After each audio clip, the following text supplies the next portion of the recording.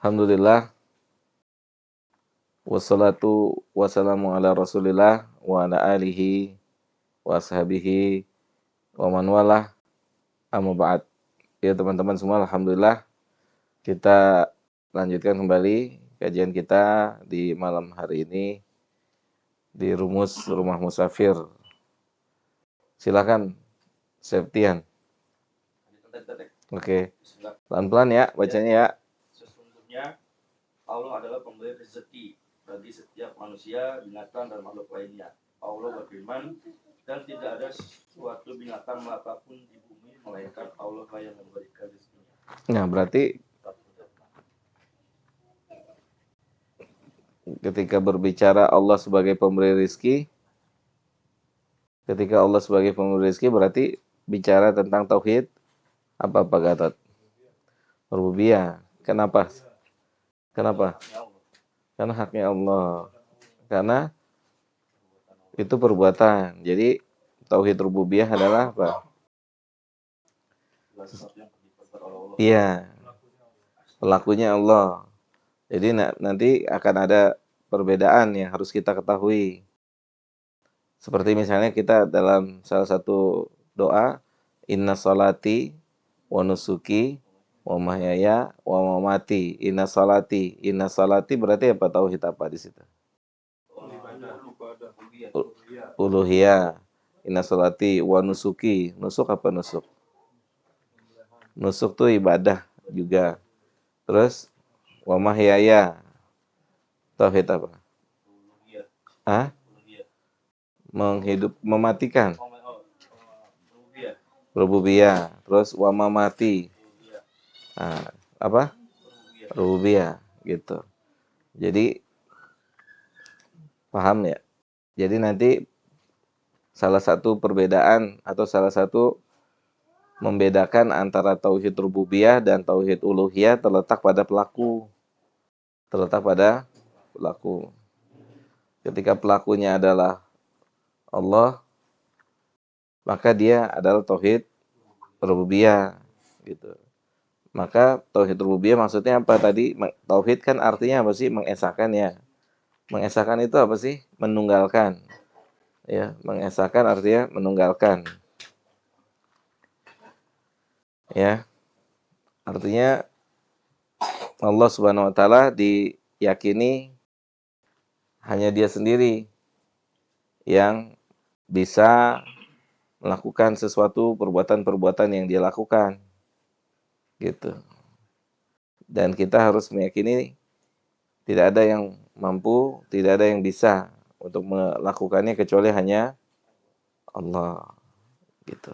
Nanti ya ini penting. Kenapa penting? Misalnya gini, seperti misalnya memberi rezeki nih, memberi rezeki. Kita terkadang eh, apa namanya, kepercayaan kita dalam masalah rezeki itu ada dodolnya atasnya, Det. Oh, lemon, masya Allah, barakallah.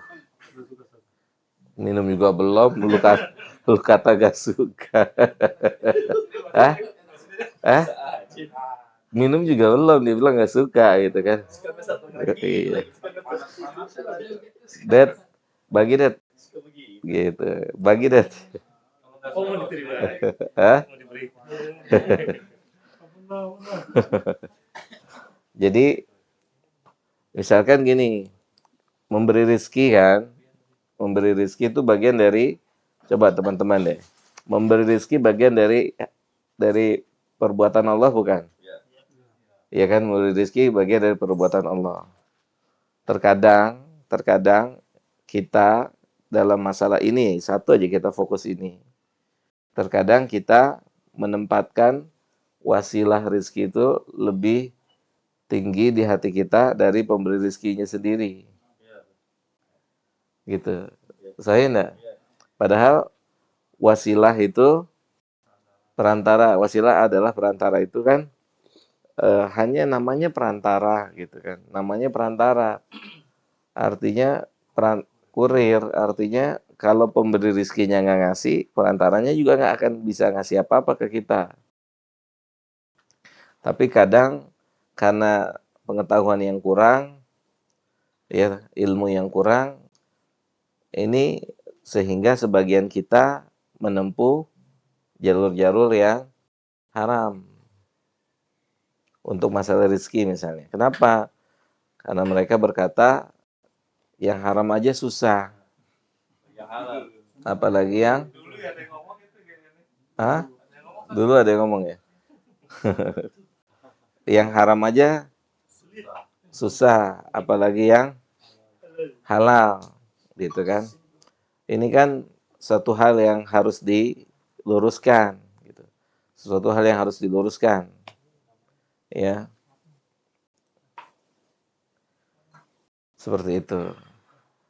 Ya, karena apa? Sang pemberi rizki, ya, sang pemberi rizki itu kan adalah Allah Subhanahu Wa Taala, ya. Sehingga apa? Ketika diyakini sang pemberi rizki itu adalah Allah, seharusnya seseorang tidak khawatir tentang rezekinya, tidak khawatir tentang rezeki, gitu. Soal jelas sampai sini nggak? Ini penting. Ini kan membangun tauhid itu lama, butuh butuh waktu, butuh berpikir, gitu. Ya, butuh waktu, butuh berpikir. Coba deh kita jujur sama diri kita dan keimanan kita. Ketika tidak ada job sama tidak dekat sama Allah, mana yang lebih kita khawatirkan? Nggak ada job. Iya nggak? Hah? Nggak ada job, nggak ada pekerjaan, off, sama nggak deket sama Allah, itu mana yang lebih dikhawatirkan? Iya nggak? Jujur aja, jujur gitu. Ini udah bisa langsung diseruput nih. Aman, rasa lemon. Iya, gini loh Pak Gatot.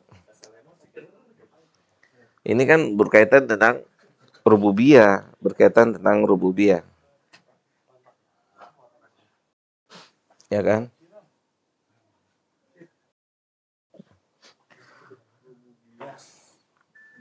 Terus kita nyaman ketika lagi ada job, tapi nggak nyaman atau nggak kayak apa namanya, eh, ketika dekat sama Allah Subhanahu Wa Taala, kenapa tidak nyaman, gitu. Paham nggak Pak? Tapi ketika ada job, kenapa nyaman? Berarti kan kenyamanan kita, coba di kita pikirin ya. Berarti kan kenyamanan kita itu masih terletak pada kenyamanan bersama perantara, bukan kenyamanan bersama sang pemberi rizkinya. Makanya hidup kita sampai kapanpun selalu jadi orang yang galau. Sampai kapanpun. Kalau kenyamanan kita hanya ketika bersama perantara. Paham nggak? Kalau kenyamanan itu hanya bersama perantara, perantara kan bisa hilang. Ya nggak? Perantara kan bisa hilang nggak? Perantara bisa hilang. Gitu. Bisa pergi, bisa ninggalin kita, atau kitanya yang meninggal dunia. Antum bisa pahami sampai sini? Gitu. Jadi bagaimana caranya kenyamanan itu bukan bersama perantaranya. Kenyamanan itu bersama pemberinya. Coba, aduh, gue bingung nih nyari duit. Kenapa? Gue habis di PHK. Iya nggak? Terjadi nggak? Tapi dia nggak pernah bingung saat dia nggak dekat sama Allah. gue takut nih gue nggak sholat, ntar diputus lagi rezeki gue. Harusnya pikirnya begitu, ya nggak? Kalau kita pikir begitu apa juga? Iya, memang harusnya begitu. Gitu. Yang mana nih? Yang kedua. Yang kedua, iya. Ya Allah. Harusnya orang begitu. Kalau dia punya ilmu, punya iman, justru dia takut ketika nggak taat, Allah stop rezekinya. Karena memang kemaksiatan menjadi salah satu sebab terhambatnya rezeki. Kemaksiatan salah satu sebab terhambatnya rezeki. Tertunda. Gitu. Kalau misalnya kita meyakini yang akan terjadi ini akan buruk kalau misalnya kita nggak sholat. Terus kalau kita sholat ini apa namanya hal-hal baik-baik gitu, tapi kita meyakini itu pokoknya kalau nggak sholat apa saja. Sholat dilancarkan. Iya. Iya, secara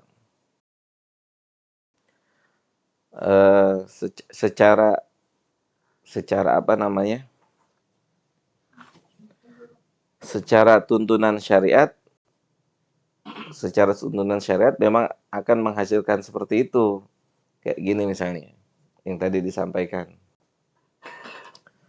Ketika kita sholat atau ketika kita mendekatkan diri sama Allah, itu kita yang diberikan sama Allah itu hati ataupun perasaan yang bisa menerima keadaan. Seperti tadi, misalkan, padahal nggak lancar, tapi sebenarnya karena kita diberikan hati yang lapang, jadi bisa terima.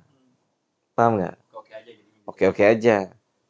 Seperti misalnya ketika kita mendekatkan diri sama Allah, kemudian kita ikhtiar untuk memberikan pengobatan buat orang tua kita yang sakit, gitu kan. Kemudian qadarullah orang tua kita meninggal. Qadarullah meninggal nih. Karena kita sudah mendekatkan diri pada Allah, sudah sholat, akhirnya diberikan, jadi makna kelapangannya sendiri itu harus ditafsir apa yang dimaksud dengan kelapangan. Bisa jadi kelapangan itu kita bisa menerima ketentuan Allah itu. Gitu. Kita bisa menerima ketentuan Allah gitu. Seperti bisa jadi memang jadi sembuh kan gitu. Karena gini, terkadang apa namanya, kita harus tahu ketetapan Allah itu pasti ada dua perkara. Ketetapan yang menyenangkan hati kita dan ketetapan yang membuat kita susah di hati. Tapi kalau kita punya ilmu, kalau kita punya iman, maka kita bisa menyikapi keduanya. Nah, itulah yang dimaksud dengan kelapangannya. Paham nggak? Yang dimaksud dengan kelapangannya, saat diberikan kelapangan, antum bisa bersikap, kita bisa bersikap, ini dari Allah. Allah yang menetapkan. Sehingga kita pun tidak menisbatkan kelapangan itu pada diri kita.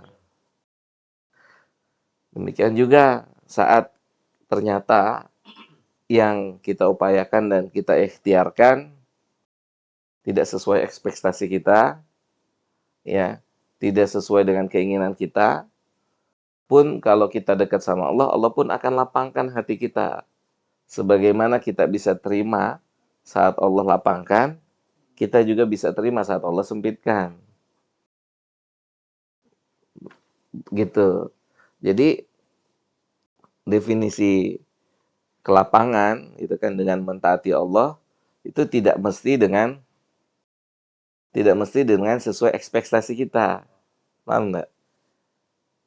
Karena apa? Karena bisa jadi setelah mentaati Allah, setelah mendekati Allah, ternyata Allah pilih untuk kita justru ujiannya kesempitan. Paham?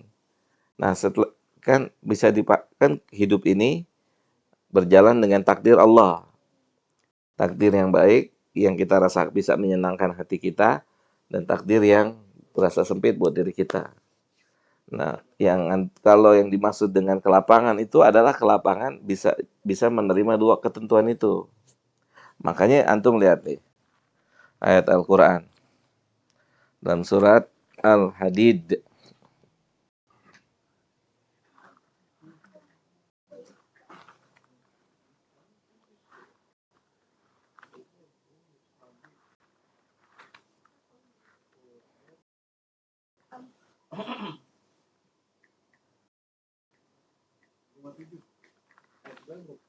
Sebentar.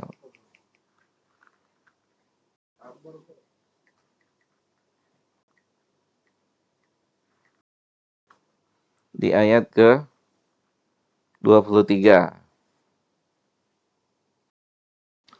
Kita mulai dari ayat ke 22.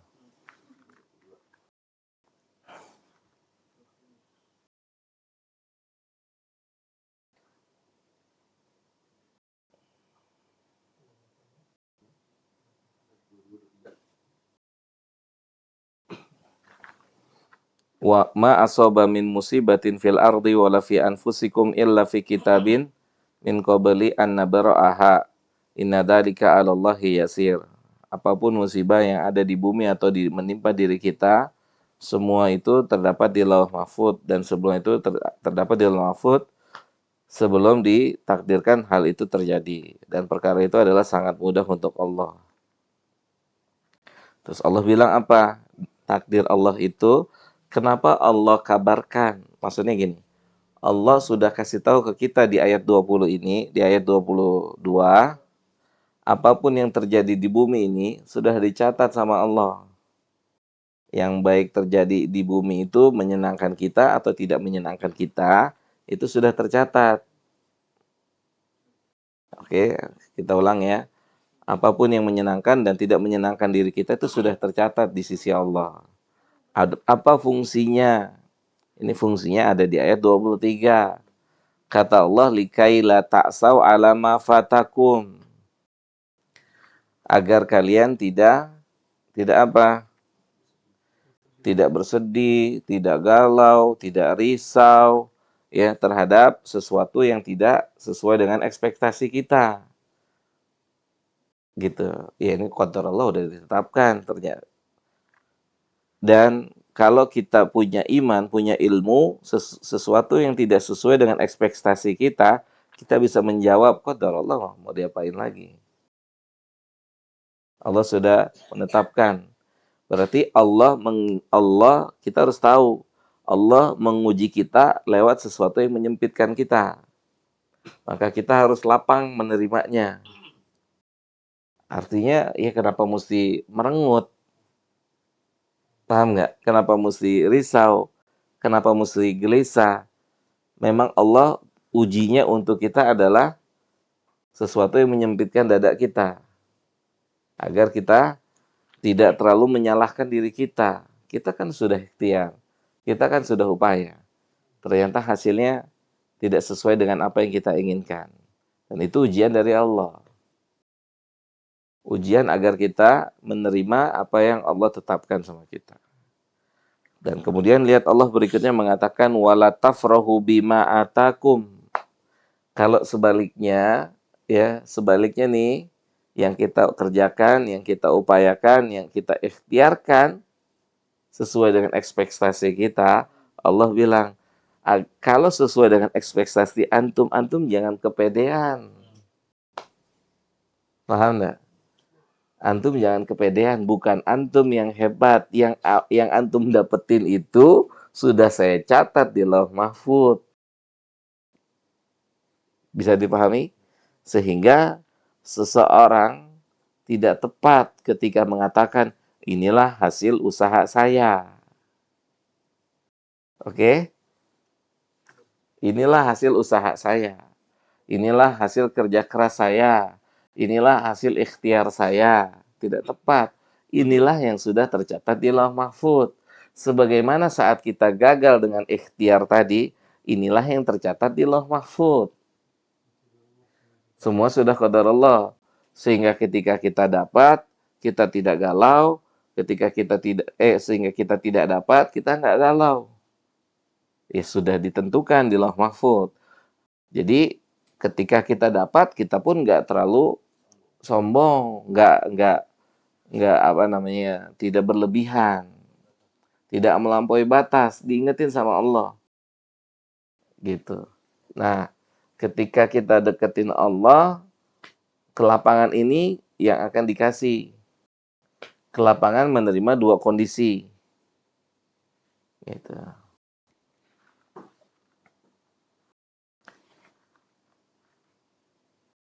Coba deh, misalnya kita mau jalan-jalan naik motor, servis, motornya servis, ya kan? Ganti ban, apalagi ganti oli, pakai sepatu, sepatunya mana? Pakai sepatu, pakai kaos kaki, kaos kakinya melar nggak? Ya kan? Nih coba antum lihat, terusnya ban baru, semua baru semua. Terus lagi jalan jatuh,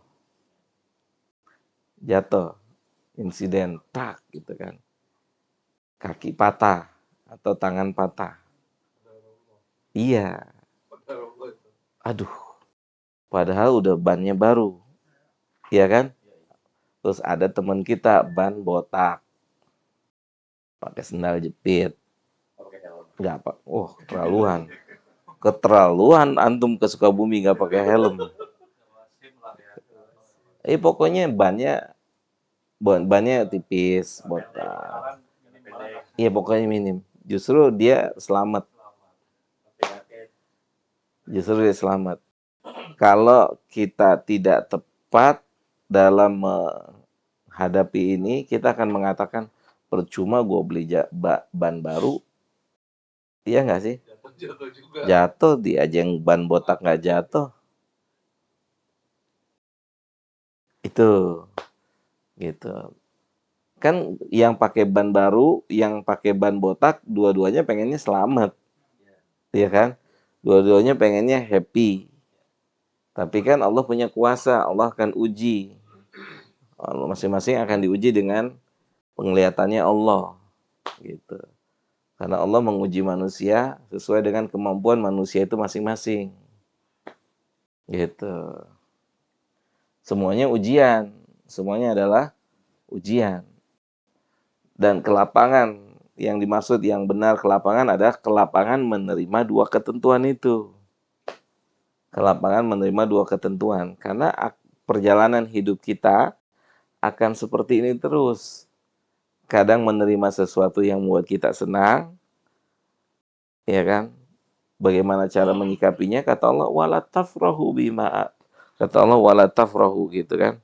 Antum jangan terlalu kepedean. Jadi nggak murni hasil usaha antum, itu yang antum dapat udah dicatat di Lauh Mahfuz. Gitu.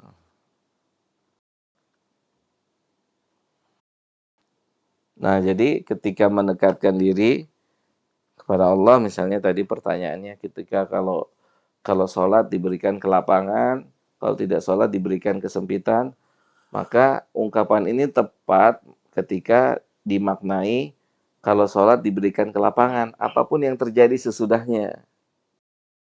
Gitu, apapun yang terjadi sesudahnya. Karena misalnya gini, ketika antum tidak sholat, ya, terus antum mendapatkan sesuatu yang lapang, tapi antum nggak terima, kan tetap aja jadi sempit. Ya nggak sih? Misalkan targetnya 100 juta, ya kan? Ternyata dapatnya 50 juta. Padahal itu juga udah besar kan? Tapi karena targetnya 100 juta, akhirnya ngeluh-ngeluh juga. Padahal itu sudah sebuah kelapangan juga. Kenapa bisa terjadi seperti itu? Karena kita tidak punya ilmu. Gitu. Cara menyikapi apa yang ditetapkan oleh Allah. Jelas ya? Gitu. Jadi sehingga tidak ada bahasa percuma, sia-sia usaha saya. Gitu. dan juga tidak ada bahasa inilah bukti kehebatan saya. Mau pulang, Ubay? Enggak. Antum mau pulang, boy. Antum mau pulang, Bay?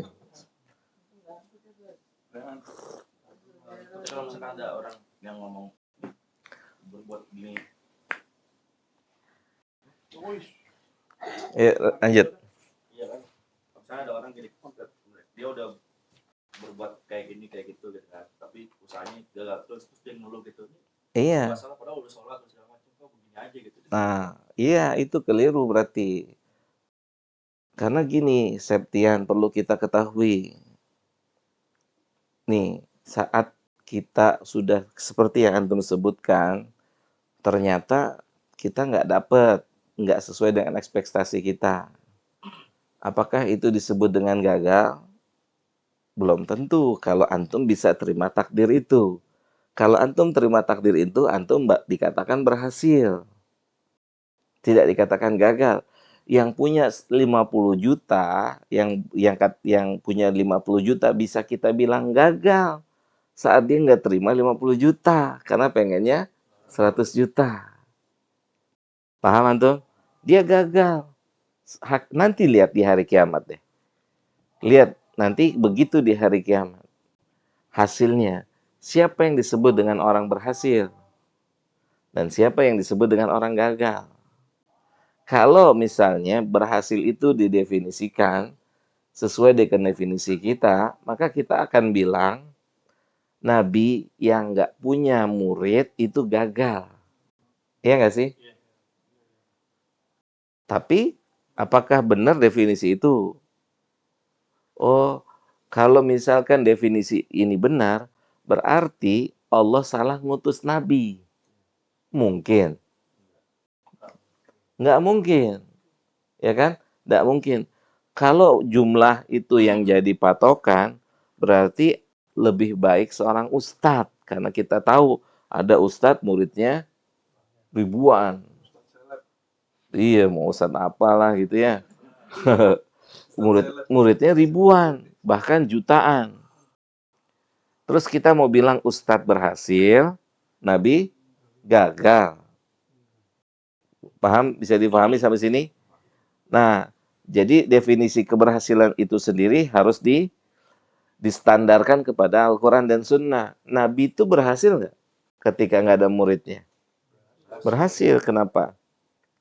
Karena Allah nguji seorang nabi dengan dua juga sama. Punya murid dan tidak punya murid.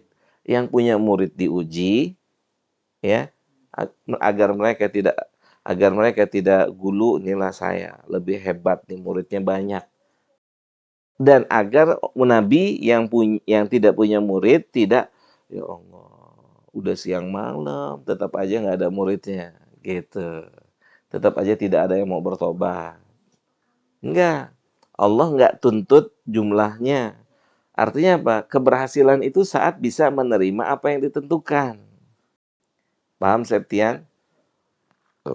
Dan apa yang Anda sampaikan seperti tadi misalnya seorang pedagang targetnya 100 juta, tetap dia akan mengeluh ketika yang dia dapat adalah 50 juta.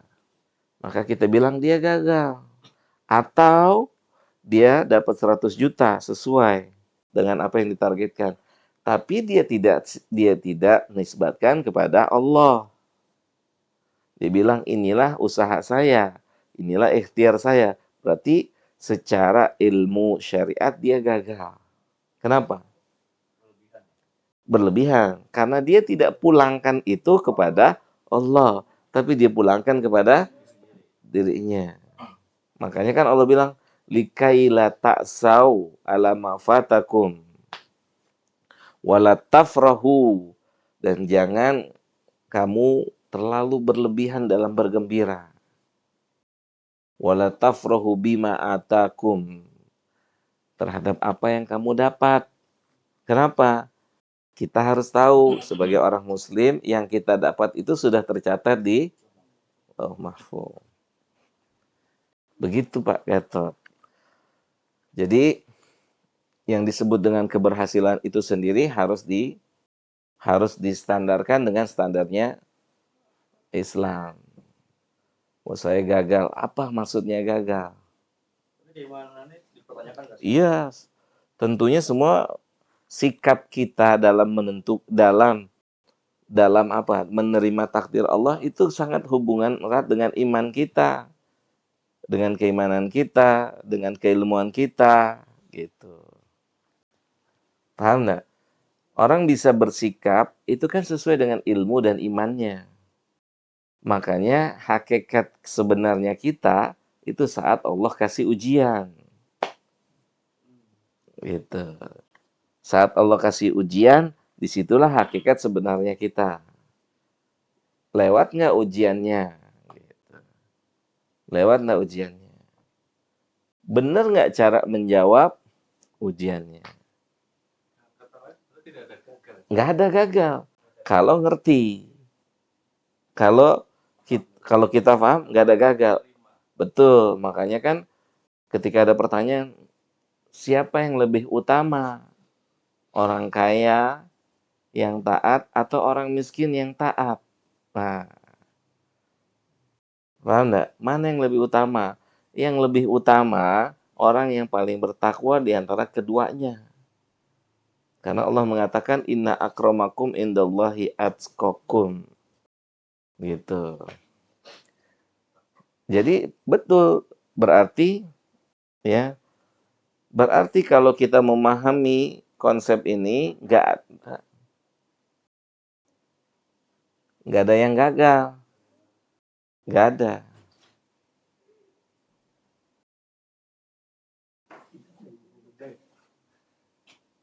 Kuzai sama siapa, Jai? Jelas ya? Gitu. Oke, Septian sama seperti misalnya contoh-contoh yang lain. Contoh yang lain. Kita telah berusaha maksimal untuk apa? Untuk melakukan penyembuhan untuk orang tua yang sakit. Pasti kita dihadapi dengan dua kemungkinan kan? Sembuh atau mati atau tidak sembuh kan gitu ya. Pertanyaannya, mana yang dikatakan berhasil? Apakah saat orang tua kita sehat sembuh, itulah yang dikatakan berhasil? Belum tentu. Bisa jadi saat sehat atau sembuh, kita akan nisbatkan kesehatan dengan sembuhannya pada diri kita. Berarti kita gagal dalam menerima apa? Ketentuan sehat. Paham? Gitu. Ketika sehat nih, sembuh nih, kan tidak sedikit kita menjawab ujian ini dengan mengatakan, inilah saya. Inilah dokter Fulan. Inilah Fulana. Inilah Fulan. Inilah obat ini. Berarti pada hakikatnya, secara ujian Allah, dia gagal. Kenapa? Karena dia nggak menisbatkan pada Allah. Dia tidak memulangkan pada Allah. Kan ada orang yang berikhtiar sama dengan dia mati. Oke? Ya nggak Pak Gatot? Ikhtiarnya sama persis. Tapi hasilnya mati. Hasilnya mati nih orang tuanya. Ikhtiarnya sama, obatnya sama, rumah sakitnya sama, dokter yang sama, tapi mati Pak. Berarti kan nggak bisa dinisbatkan kepada dirinya saat bapaknya atau ibunya sehat tadi, ya kan? Berarti nggak bisa dinisbatkan pada dirinya, tapi Allah lah yang menguji. Ada yang diuji dengan sehat, ada yang diuji dengan mati ataupun tidak sembuh, gitu. Maka yang diuji dengan tidak sembuh atau mati, dia juga gagal. Saat apa? Saat kapan? Saat dia menyesali effort dan usahanya. Kan nggak ada effort usaha yang tidak dihargai oleh Allah. Semuanya itu dihargai sama Allah. Tidak ada yang disia-siakan. Paham nggak? Tidak ada yang disia-siakan, pasti ada perhitungannya. Biaya yang dikeluarin, tenaga yang dihabiskan, waktu, itu ada hitungannya, Pak. Kalau memang bisa menerima kondisi itu. Kalau tidak bisa menerima kondisi itu, kita akan mengatakan, percuma kita jauh-jauh, buang apa? Uang banyak, buang waktu. Tidak ada yang percuma. Nggak ada yang percuma. Ada yang percuma. Kalau diniatkan untuk Allah, ada yang percuma? Nggak ada. Nggak ada yang percuma. Nggak ada yang sia-sia. Dia akan menjadi orang yang gagal 2 kali ketika dia menyesali kondisi yang ada. Ya enggak? Double. Dia rugi di sini, rugi lagi di sana. Kenapa? Dia nggak bisa terima takdir itu. Kecewa. Betul, kecewa sama Allah. Gitu. Mungkin nggak orang kecewa sama Allah? Sangat mungkin. Makanya ketika kecewa dia berpikir, gua harus cari jalan yang haram. Tapi kalau misalkan orang itu kecewa nih, dia berikan kecewa gitu kan. Terus nggak berapa lama dia tobat lagi gitu, kok begini gitu kan. Iya. Sadar itu gimana itu? Kalau tobat insya Allah diampuni. Dia bertobat sama Allah, minta ampun sama Allah, minta maaf sama Allah gitu. Dan tentunya sikap seseorang itu setelah taufik Allah ditentukan oleh ilmu dan iman. Ilmu dan iman akan menentukan sikap seseorang.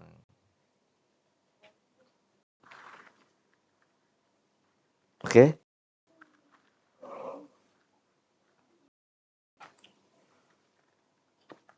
Karena apa ya? Dalam realita kita semua merasakan Allah itu menetapkan untuk manusia 2 ketetapan. Kadang membuat lapang hati kita, kadang membuat kita bersedih. Dua-duanya ujian. Yang lapang belum tentu dikatakan lulus. Yang bersedih belum tentu dikatakan gagal. Ya enggak? Orang tua kita mati, ya kan? Setelah upaya kita yang maksimal, apakah kita bisa dikatakan gagal? Enggak. Loh gimana caranya menghapus takdir mati itu? Kan nggak bisa.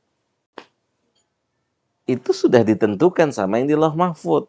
Jadi nggak terlalu bersedih juga. Kenapa? Loh kita nggak bisa rubah itu. Paham Pak? Allah kan bisa rubah itu. Allah bisa. Kita bisa nggak? Nggak bisa. Iya nggak bisa. Kalau buat dia bisa. Udah terjadi nih mati. Udah terjadi mati. Udah mau diapain? Berarti Allah nggak mau merubah. Apa? Bukan nggak mau berubah Pak Gatot. Artinya memang akan terus begitu buat kita. Allah akan uji dengan 2. Antara 2. Sehat, mati. Kaya, miskin. Susah, senang. Selalu seperti itu. Bukan Allah nggak mau merubah. Allah bisa buat dia merubah. Sangat bisa. Sangat bisa. Tapi Allah mau menetapkan untuk manusia sebuah ujian. Dan orang ujiannya beda-beda. Ada yang mati, ada yang sembuh, ada yang kaya, ada yang miskin. Bukan dia nggak mau merubah. Tapi dia mau uji, ujiannya begitu. Bisa dipahami nggak? Gitu. Kalau misalnya kita yang menguasai, pengennya kan sehat. Kayak terus. Asik. Hah? Tapi memang berarti definisinya ketika diuji itu kita apa yang kesulitan kita nggak berlebihan dalam kesedihan, terus pas dikasih kesenangan juga nggak berlebihan dalam kesenangan itu. Oh, mumtaz. Boleh pulang, Sip. Belum. Kata lain kan bersyukur dan bersabar. Bersyukur dan bersabar. Gitu, bersyukur dan bersabar. Makanya puncak keberhasilannya bukan saat punya uang, saat sehat, saat kuat, bukan itu. Tapi bisa menyikapi dengan sesuai petunjuk syariat. Bagaimana sikap sebenarnya ketika saat punya uang, saat sehat, saat lapang. Yang benar bagaimana cara menyikapinya. Ada aturan syariat.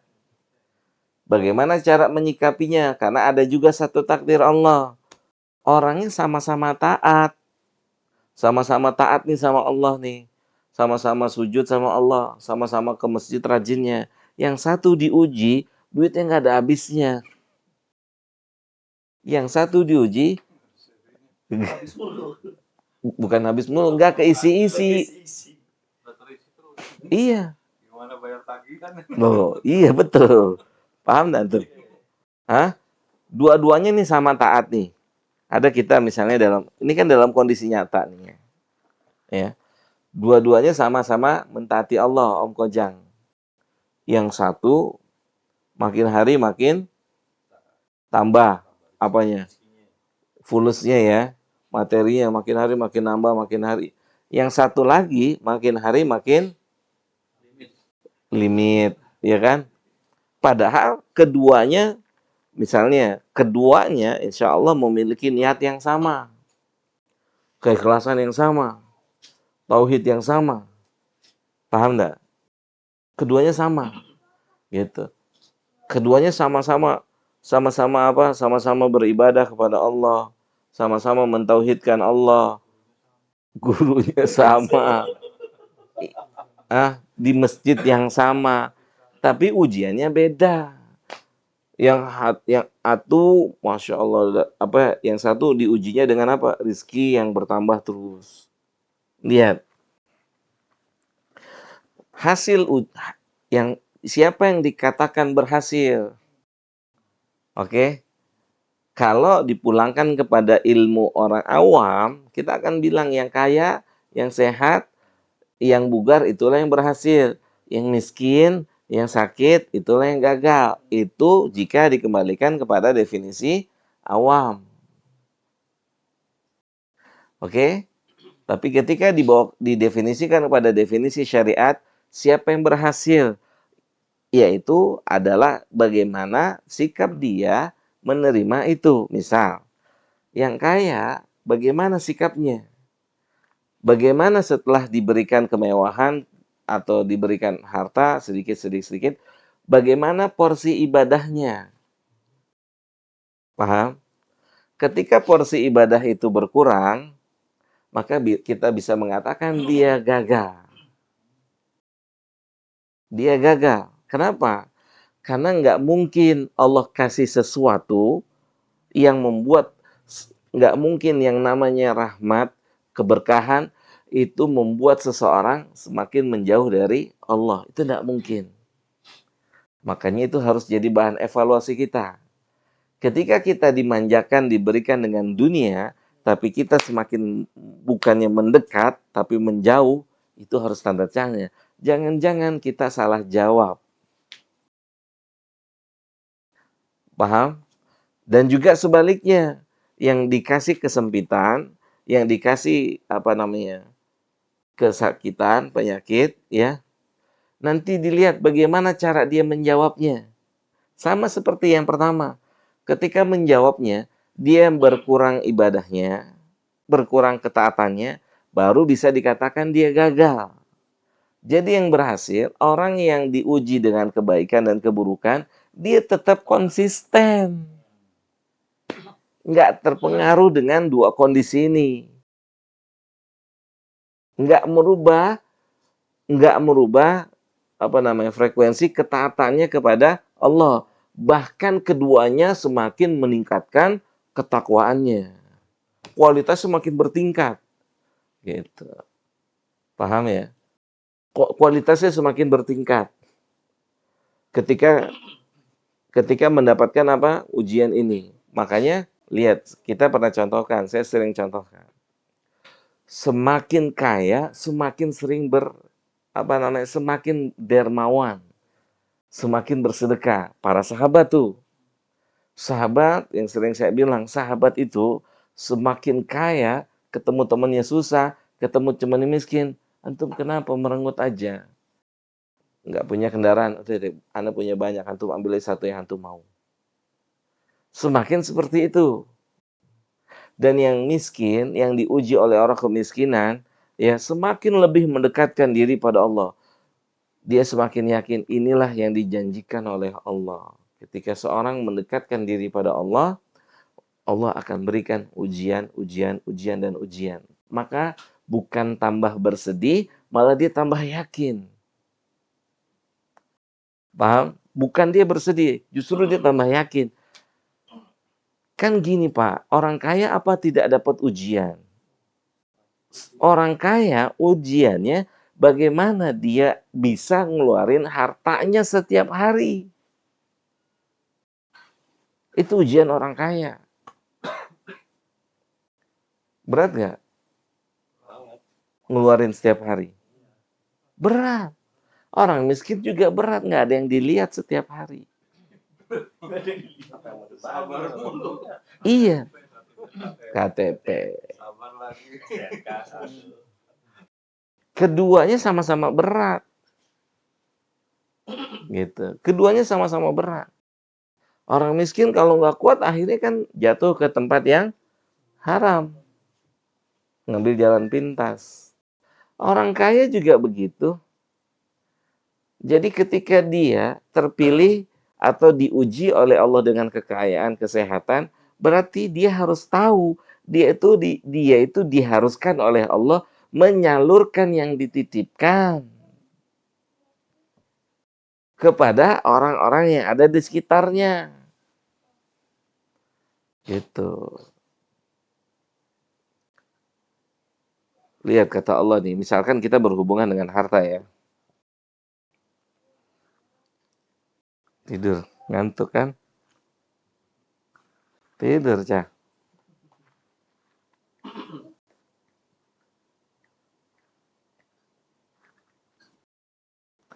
Antum lihat surat Ad-Dariyat ayat 19.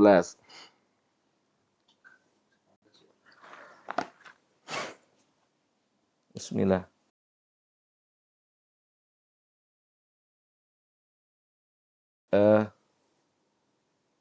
Ada lauh ya, Burai? Ada tapi ternyata nggak banyak ya. Enggak banyak. Lauh, nasinya nggak ada ya? Masih Oke. pesen aja. Pesan apa masaknya di rumah ntar? Repot. Nggak usah pesan. Ntar Septian nanti udah selesai ngaji ke depan aja cari warteg. Ya nggak? Iya, beli nasinya aja. Oke. Ada lihat ya, baca siap. Surat Ad-Dariyat ayat 19, pada harta benda mereka ada hak bagi orang miskin yang meminta dan yang tidak meminta. Ya. Di harta antum yang antum ketitipan itu secara otomatis ada hak-hak orang yang miskin, yang minta dan yang tidak minta. Jadi sebenarnya memang bukan punya kita. Sebenarnya memang nggak pantas kita bilang ini punya saya. Yang tepat ini titipan. Jadi harus tahu antum dititipin. Antum mesti seperti apa.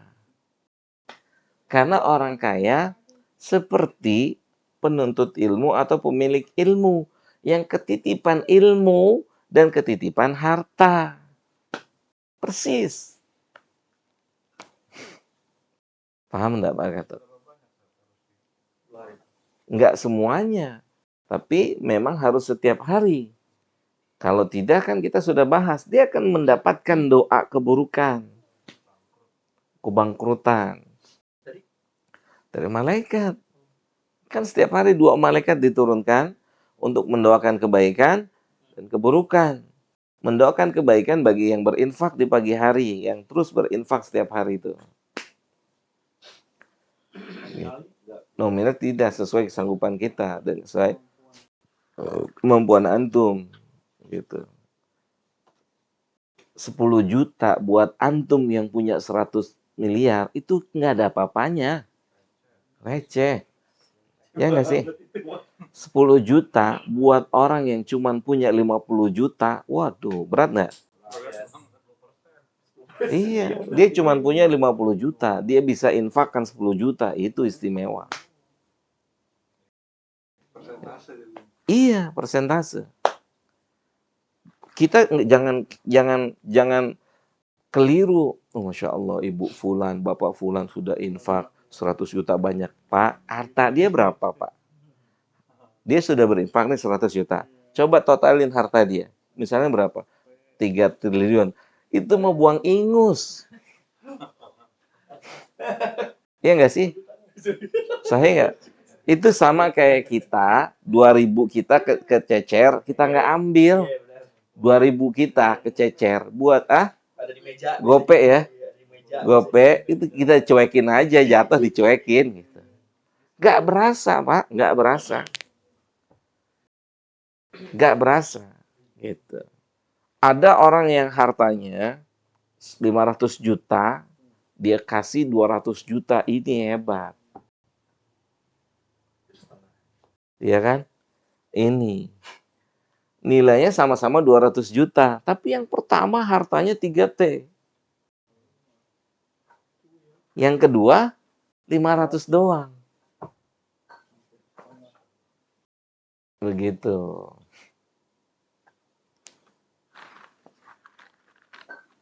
Diminta yang nggak diminta juga, seperti kalau diminta kayak orang minta-minta gitu. Iya, pokoknya orang miskin yang ngomong sama antum yang antum. Ada kan orang miskin yang menjaga harga dirinya. Diam aja. Nggak minta. Karena dia beriman. Jadi antum harus tahu nih. Kenapa? Iya, nggak minta-minta. Tapi makanya Islam ini mengajarkan kepekaan. Gitu. Islam tuh mengajarkan kepekaan. Ini kenapa nih gitu kan? Si Septian kalau ke sini jalan kaki gitu kan. Padahal rumahnya jauh gitu kan. Kenapa? Dicek di rumahnya motor udah nggak ada. Kontrakan 3 bulan belum bayar. Nah gitu. Nggak ada yang peka kitanya. Iya.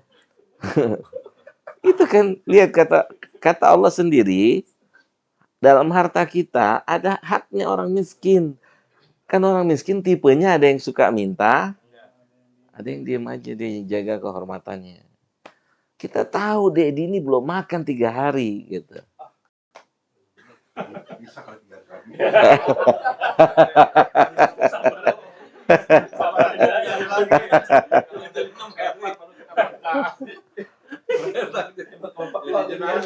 Ah,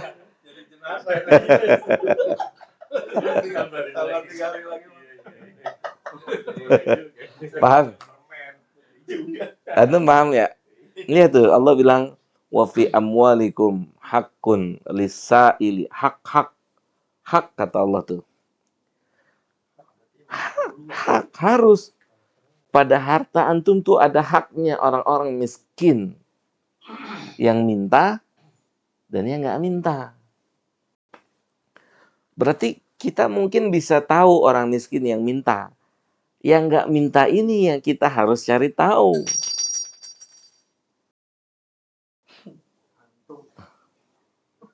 Paham nggak? Yang nggak minta inilah yang harus kita peka. Kita harus peka. Kitanya yang peka nih. Gitu. Kayak antum harus peka, ini udah 3 hari, sehari lagi lewat ya. Bisa kalau 3 hari lagi gitu ya.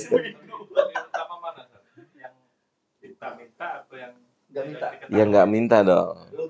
Nggak minta. Mempertahankan harga dirinya. Itu minta bang. Kode bang. Itu kode bang. Gitu. Kode. Minta-minta mukanya jadi tengkorak di akhirat. Gak punya muka. Paham ya? Tapi kalau misalkan memberikan pekerjaan itu sama dengan ini nggak? Infak juga nggak? Teman ini. Iya, infak. Iya. Itu kan antum kasih rezeki, menjadi perantara memberikan rezeki buat dia. lapangan pekerjaan buat dia kan, gitu. Yang benar. Yang gede dong. Sama aja.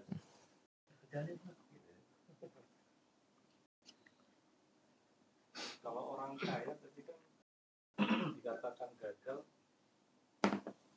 enggak maksudnya gini, kalau dia memanfaatkan hartanya tapi dengan kemewahan Untuk diri sendiri sendiri itu juga gagal. gagal. Karena Allah yang kasih harta bilang, bahasa kasar ini ya, bro, inget bro, bukan punya elu. Itu kan Allah yang bilang, yang ada pada antum itu ada haknya siapa? Hak Terus keluar gitu. Artinya gitu. setelah sholat pulang ngambilin ternyata masih ada harta yang dia simpen harus dibagiin lagi. Iya, gitu. Tapi memang Allah sendiri nggak melarang untuk kita memanjakan diri kita, enggak. Boleh-boleh saja, nggak berlebihan. Tapi harus kita ingat, antum berdosa besar. Saat antum tahu punya teman susah, punya saudara susah, antum kenyang, antum antum bahagia, antum nggak peduli, antum berdosa, kita tahu. Gitu. Coba cari hadis tentang dosanya orang yang makan dan tetangganya lapar. Masya Allah tuh. Ada hadis Nabi SAW. Dosa seorang yang kenyang di malam hari atau kenyang dan tetangganya lapar.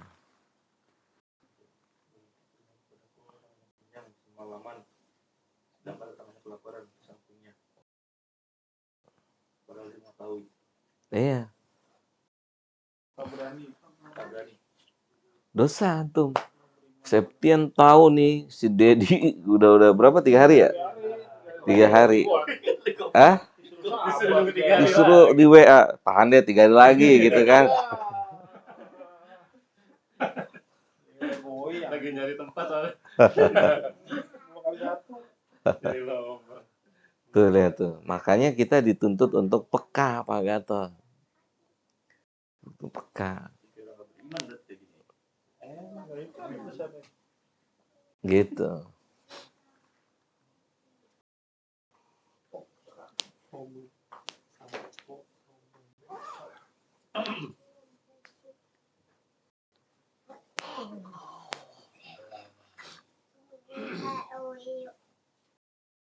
Oke?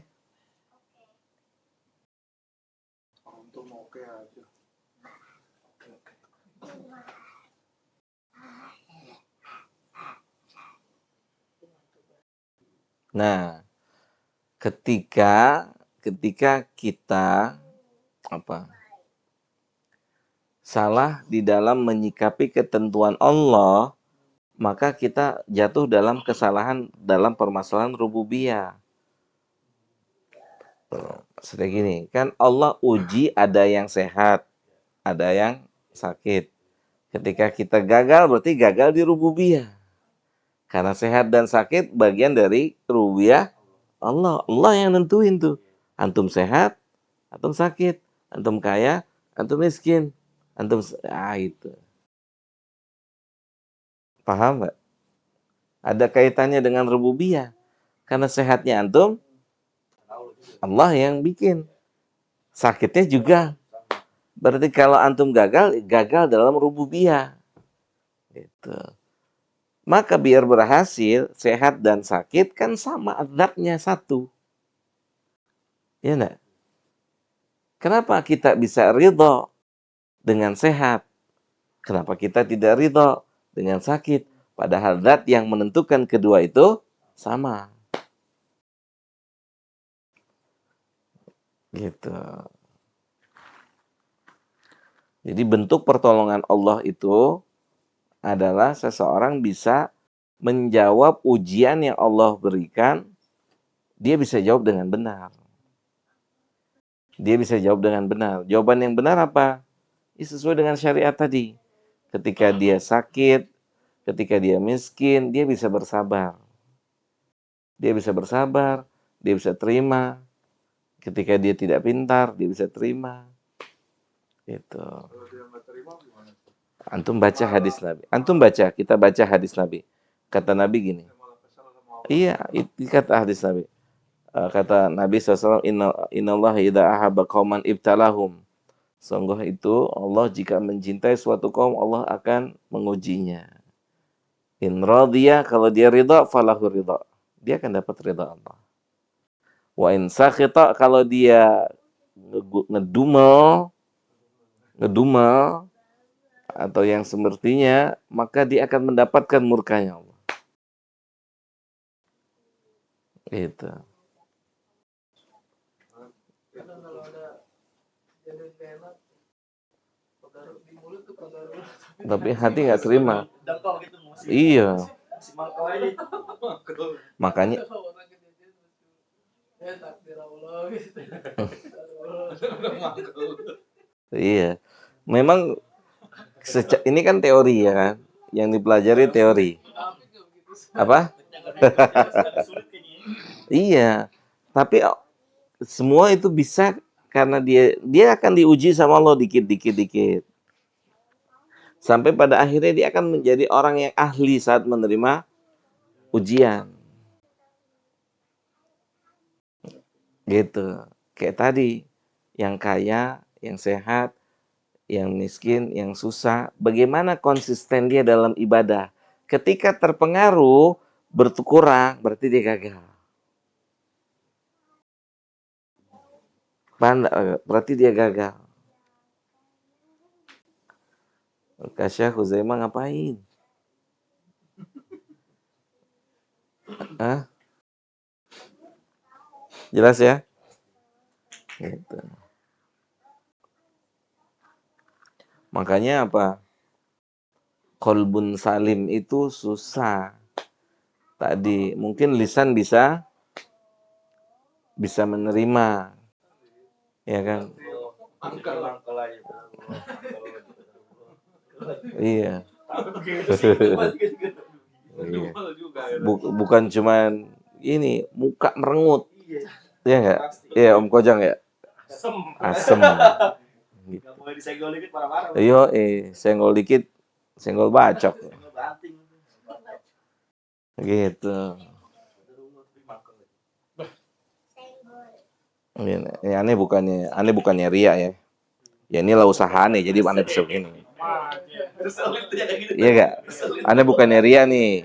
Ini gua beli 50 juta. Keselin tuh kayak gitu. Ini hasil kerja keras gua nih pagi siang sore.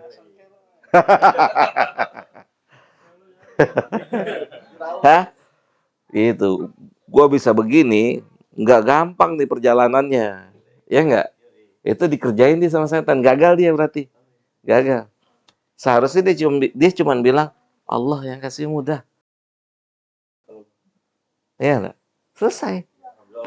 Iya kan antum lihat tuh. Kalau sendiri yang bilang, wala tafrahu. Antum jangan berlebihan. Antum punya apa hari ini jangan berlebihan.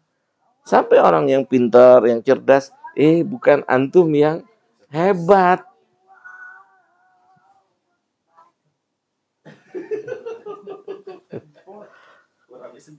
Ya, ada yang pintar, ini hebat, baca Qurannya, baca hadisnya. Allah yang kasih mudah antum. Nih ya, hafalan. Hafalan itu goib loh. Goib nggak? Coba antum pikir-pikir. Hafalan goib nggak? Goib Pak. Pak Gatot hafal Al-Fatihah nggak? Hafal. Coba gimana? Antum punya? Goib Pak. Kalau Allah kasih mudah buat Pak Gatot Al-Fatihah itu lancar. Tapi kalau Allah tahan, Al-Fatihah aja pelatat-peletot, Pak.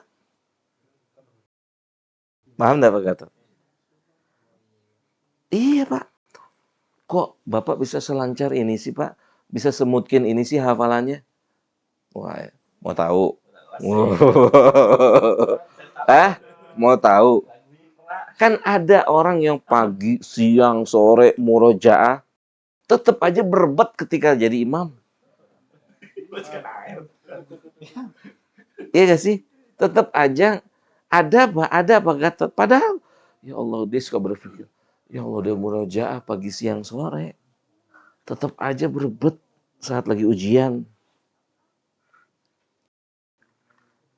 Paham gak? Itu kan menunjukkan gaib, deh. Mana hafalan antum mana? Deh? Antum bisa tunjukin ya? Mana realnya mana? Gak ada. Kok bisa antum baca? Dari mana? Allah. Iya enggak? Dari ustaz-ustaz yang lain baru dengerin. Iya. Semana bukti? Mana? Bentuknya mana? Kan dia bisa nulisin lagi. Ya tulisan. Nah sekarang hafalan antum nih, hafal mana? Antum sebut misalkan. Antum sebut nih. Hafalannya antum sebut. Mana? Gitu. Paham enggak? Gaib. Kalau Allah mudahkan, mudah. Kalau Allah tidak mudahkan, mau antum murojaahnya setiap hari, gak bisa juga. Kalau Allah yang mudahkan, antum sekali baca, ada nggak orang yang sekali baca mungkin? Ada. Nah, oh, antum baca berkali-kali,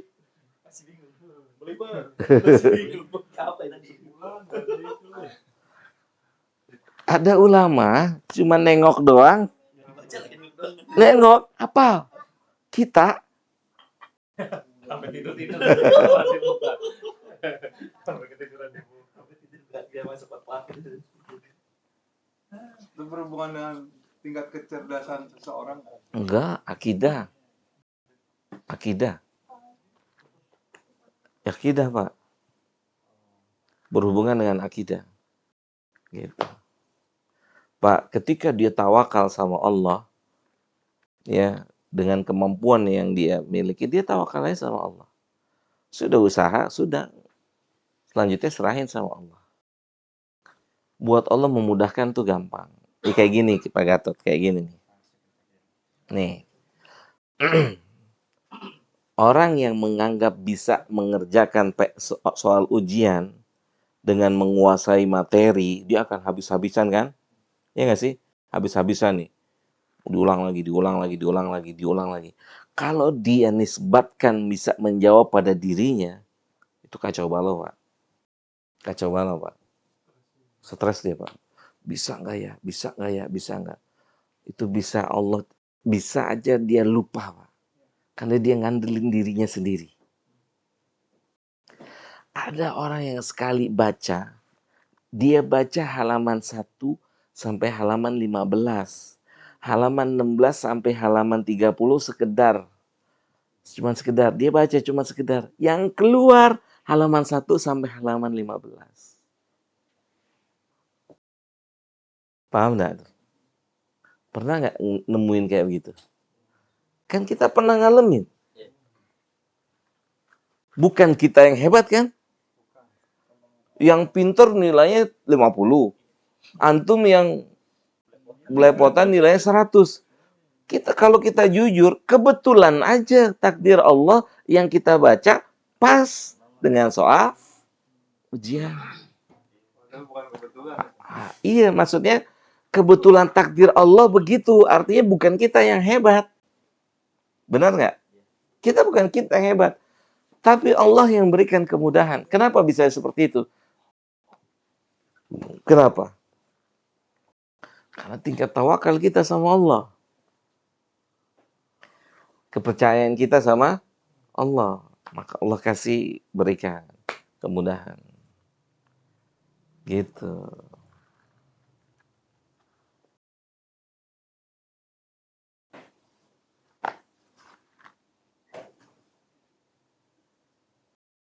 Ustaz, kan ada hadis yang itu apa?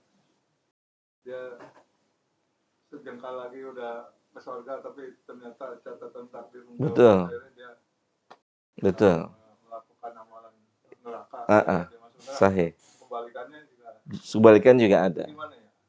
Supaya solusinya supaya jangan Jangan terjadi. Jangan terjadi pada diri kita. Jadi kelengkapan hadis itu berhubungan dengan ketulusan hati kita. Jadi gini Pak Gatot, di antara resiko yang akan diperoleh oleh orang yang tidak ikhlas akan Allah tampakkan di ujung usianya. Di ujung usianya itu keumuman Allah tampakkan kalau dia itu nggak ikhlas. Ada riak. Iya, seperti orang yang pernah menjadi sesosok manusia yang dibanggakan oleh manusia. Di zaman Nabi dibanggakan, Masya Allah disanjung-sanjung dengan amalnya. Tapi Nabi bilang, siapa yang mau lihat calon penghuni neraka, antum lihat dia. Kaget coba Pak. Orang-orang kaget. Padahal orang-orang menyanjung, membanggakan. Tapi Nabi bilang, siapa yang mau lihat calon penghuni neraka, lihat dia. Terjadilah peperangan nih Pak. Dia pemberani Pak, kalau perang selalu di depan. Terjadilah peperangan. Sahabatnya bilang gini, ana sahibuhu, ana sahabat dia, ana tahu dia. Apa pekerjaannya, apa kegiatannya, selalu kegiatan kebaikan, dan kebaikan. Diperhatiin sama temennya nih, yang setelah dengar dari Nabi, calon penghuni neraka nih temennya. Temennya satu, liatin. Terjadi sesuatu, dia terkena tikam, tapi nggak mati. Nggak kuat dia Pak. Akhirnya dia tusukkan dirinya sendiri dan dia mati. Bunuh diri, orang nggak ada yang tahu. Maka saat dia lihat kejadian itu, dia balik lagi nemuin Nabi. Benar apa yang antum bilang. Para ulama menjelaskan orang ini selama beramalnya mencari status. Paham nggak? Agar dilihat orang. Gengsi dong. Gitu. Jadi orang konsisten dalam ketaatan itu tidak mesti dia orang ikhlas, nggak mesti. Bisa jadi dia konsisten karena dia mau mempertahankan status yang sudah dia punya. Contoh Pak Gatot, antum terbiasa saf pertama kita, ya kan? Suatu hari ketika antum mau masuk waktu sholat, antum mules nih pengen BAB. Akhirnya BAB lah. Akhirnya antum mau ke masjid nih selesai BAB. Setan bilang sama antum, kalau lu ke masjid gak dapat saf pertama. Gak dapat takbiratul yang pertama, dapat yang kedua atau yang ketiga. Nanti nama antum jadi jelek di sisi manusia. Udah asar di rumah aja. Nanti maghrib baru ke masjid lagi. Akhirnya di rumah. Kenapa di rumah? Kenapa? Gengsi dong. Halus ya. Oh, halus. Begitu Pak Gatot. Tapi kebaca mau belum. Iya, pinter tuh Pak Gatot. Kebaca. Kita nggak bisa baca. Ya nggak? Kita nggak bisa baca. Yang kita tahu, si Fulan pokoknya saf pertama aja. Fulan saf pertama gitu kan. Kita nggak bisa baca. Karena zohirnya orang baik kan. Saf pertama. Berarti kalau misalnya ada pemikiran kayak gitu, jadi setan berarti ya. Setan. Gitu Pak.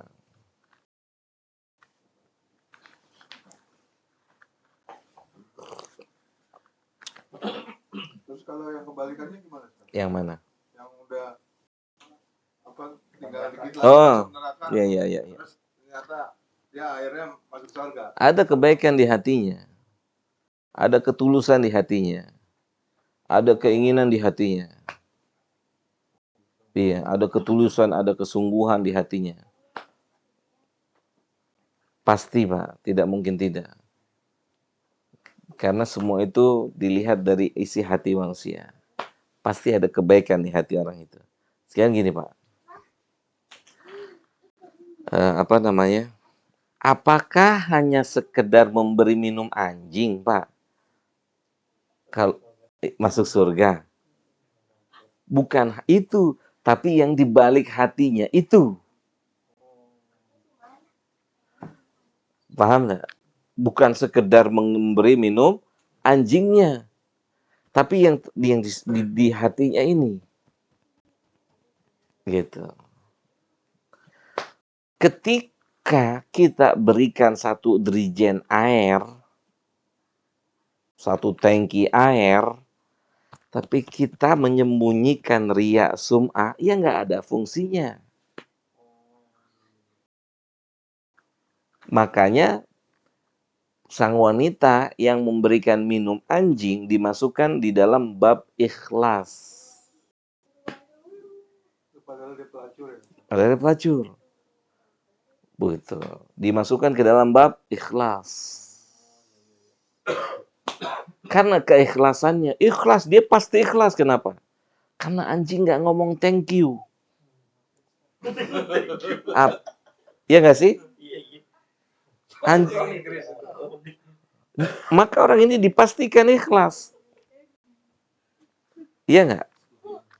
Anjing nggak bilang thank you. Nggak apa? Upload status. Dia pasti ikhlas. Masuk ke dalam sumur, susah-susah. Air yang digigit gini kan. Nggak ada yang videoin lagi ya kan. Lagi mau viralin gimana orang anjing? Anja itu.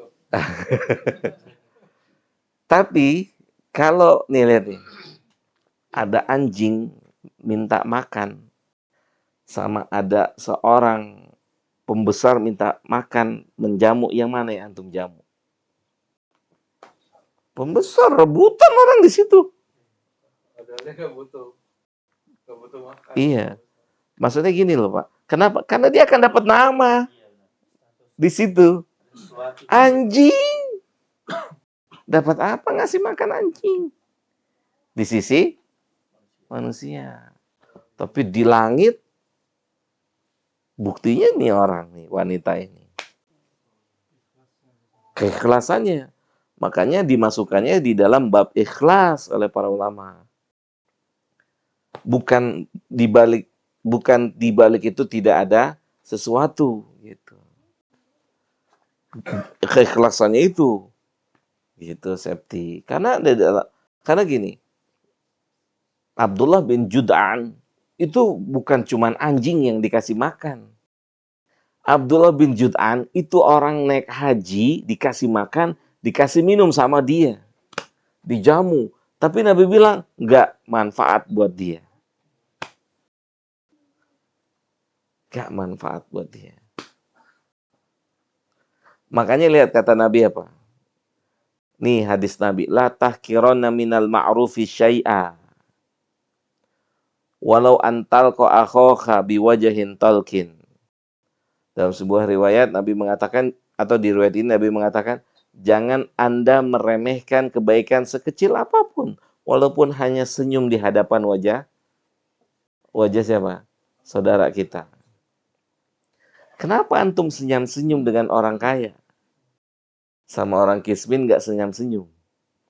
Ada apa di balik senyum antum? Ya nggak? Ada sebagian manusia yang bisa bersikap bijak, menyusun kata-kata di balik bersama orang-orang kaya.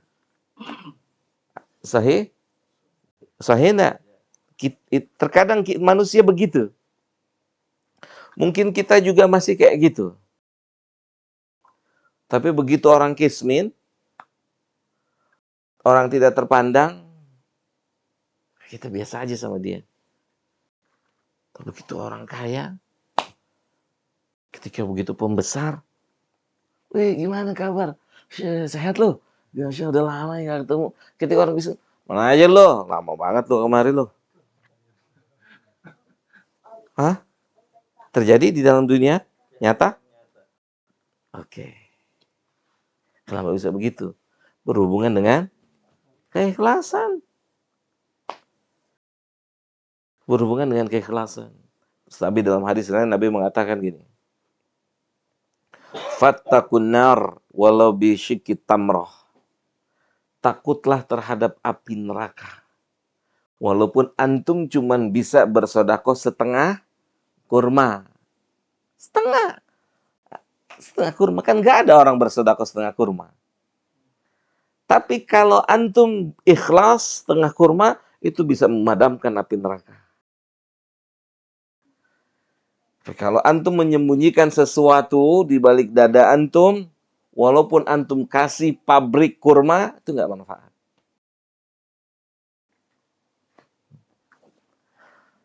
Kan nggak kebayar, Pak. Masa seteguk air buat anjing surga, Pak?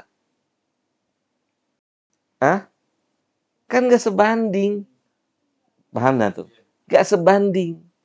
Makanya hikmah di balik ini adalah keikhlasan sang wanita. Keikhlasan sang wanita. Gitu. Masya Allah ya. Kalau ada orang beramal terus dia mengharapkan, emang nggak mengharapin dari manusia ujian atau dari manusia, dia beranggapan tuh itu rezeki lancar juga gitu, itu gimana ketika dia beramal? Sampai kan gitu kan, dapat gitu kan? Ya kan? Kita Avanza pengen dibalas Iya, demo dong. Pengen dapat apa? Iya, Avanza gue dapetin Ya gitu, gimana tuh? Memang nggak buat manusia gitu, maksudnya nggak bikin pria buat manusia gitu, gimana? ada harapan. Harapannya tuh Naruh harapan. biar Allah nanti balas dengan yang lebih baik gitu. Nah ini juga. Kebanyakan yang gitu kan, tapi pasti ngerasain dulu. Nih, antum berinfak Innova, terus berharap Pajero. Kan seri namanya. Dunia sama dunia.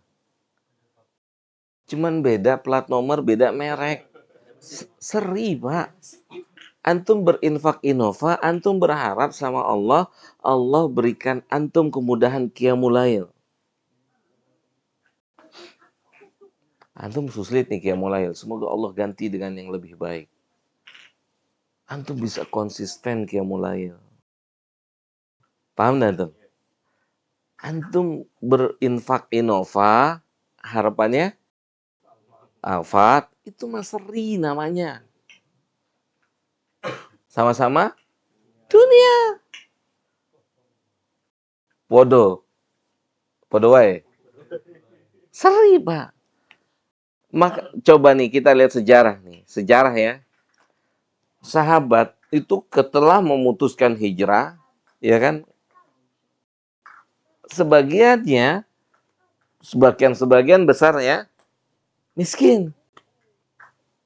Miskin. Iya, tinggal. Itu hijrah. Sebagian kita hijrah tetap mau eksis. Gimana ceritanya? Paham nggak tuh? Sahabat begitu hijrah, udah surga. Di kepalanya apa? Surga.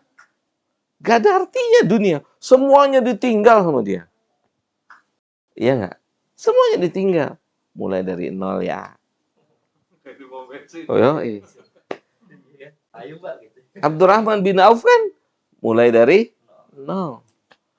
Yang kita tahu kan cuma Abdurrahman bin Auf. Kenapa? Karena Abdurrahman bin Auf jadi kaya. Kan ada sahabat yang kayak gitu juga tetap kismin. Paham nggak? Tapi nggak diekspos. Miskin dia. Setelah kehilangan harta, keluarga, itu hijrah. Jadi safety harus paham yang dimaksud dengan Allah ganti dengan yang lebih baik.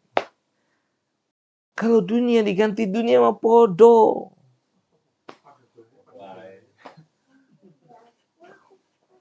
Seri namanya, seri. Dunia. Gitu. Cara berpikir gitu. Cara berpikir.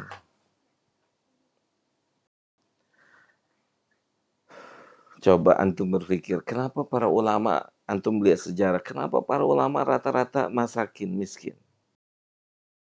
Kenapa begitu? Terus kenapa Nabi Muhammad pilih miskin? Kenapa para sahabat seperti itu? Kan dunia kotoran. Ya Allah nggak kasih kotoran ke orang-orang pilihannya. Masya Allah. Hah? Ya, paham Pak Gatot? Dunia ini kotoran. Dan Allah nggak kasih kotoran.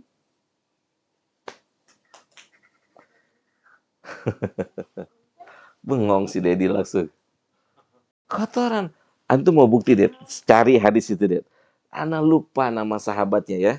Ditanya sama Nabi, apa antum makan apa? Antum carinya hadisnya gini. Dunia seperti kotoran manusia. Sahabat itu ditanya sama Nabi. Ukasya Khuzaimah kenapa belum tidur nak? Setengah 10 subuh nanti sulit bangunnya nak. Ayo, Irje, mau apa nak? Ayo, anak soleh. Bismillah. Oke? Belum ngantuk. Udah ngantuk, Abi tahu. Kan biasanya udah tidur. Tuh jam segini. Ayo nak, mau martabak? Hah? Enggak. Tiga-tiganya. Oke, pulang. Bismillah, Bang Acah.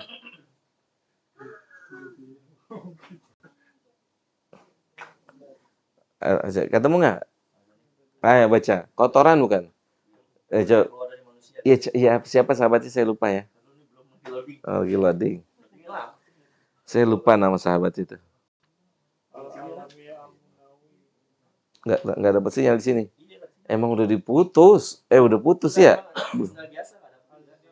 Oh, bukan wifi. Bukan. Ntar dulu. Lagi gaji biar fokus dulu ya. Terus suruh nyari-nyari. Oh, sinyal susah. Kasayuti ya. Itu perawinya, sahabatnya yang ditanya sama Nabi. Apa yang antum makan? Kata Nabi gitu. Ini ada artinya Nabi Rasulullah SAW bersabda sesungguhnya Allah Taala telah memberikan keluar dari badan anak-anak sebagai penyelesaian berat dunia. Ini pertanyaan Nabi sama sahabat ada nggak?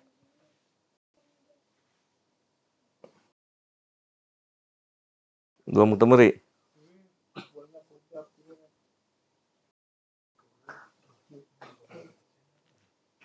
Nggak pada dapat sinyal.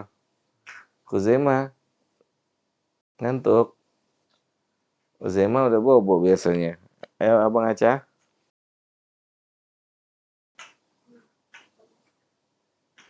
Abang Ubay. Belum ngantuk. Belum ketemu.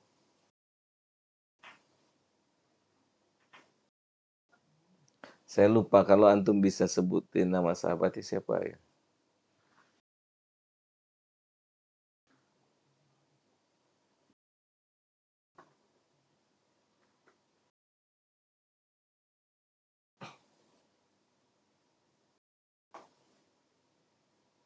Oke, kalau nggak ada nanti antum cari. Belum ketemu ya? Sinyalnya susah.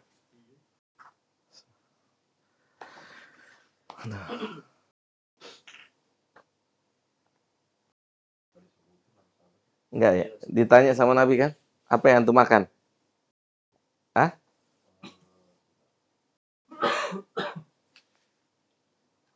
Ma akalta. Al-labanu wal lahm. Susu dan daging.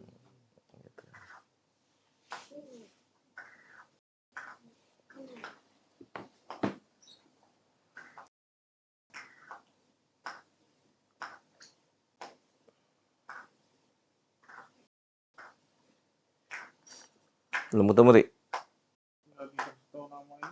Tapi ditanya nggak?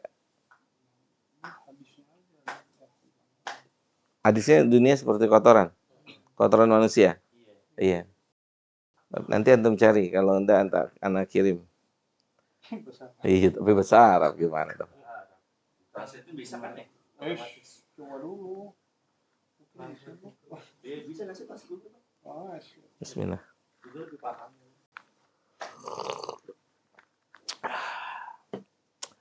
Yang bikin Google orang kafir ya? Iya. Suruh masuk Islam. Orang Yahudi ya? Masih hidup. Masih. Suruh masuk Islam pahalanya banyak dia. Sama nih yang bikin lampu ya. Udah mati kan? Tapi tetap ngambilnya dari orang Islam juga ilmunya. Iya. Emang. Iya. Ya, emang. Al-Jabar kan gitu. Al-Jabar kan orang Islam. Nggak ketemu? Belum?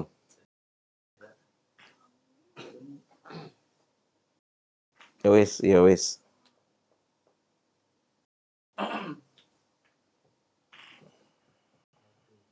Al-Munawi bukan? Bukan. Jadi sahabat tanya, Rasul tanya, ya Allah, ana juga lupa nama sahabatnya itu.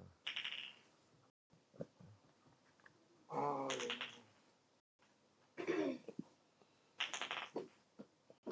Ketemu Pak Gatot? atau Burani. Taburani perawinya.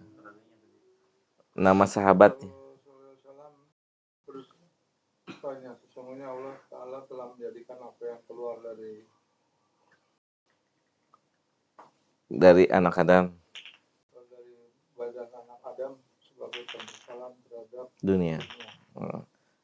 Dalam riwayat lain ada sahabat yang ditanya sama Nabi. Oke, ala kulli hal. Ala kulli hal.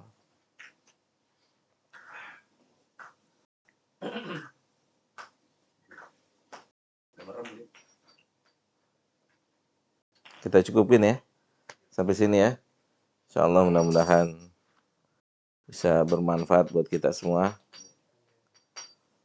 Kita lanjut pada pertemuan berikutnya insyaallah mudah-mudahan. Semoga bermanfaat buat kita. Wassallallahu ala nabiyina Muhammad wa ala alihi wa sahbihi ajmain. Subhanakallahumma bihamdika asyhadu an la ilaha illa anta astaghfiruka wa atubu ilaika. Assalamualaikum warahmatullahi wabarakatuh.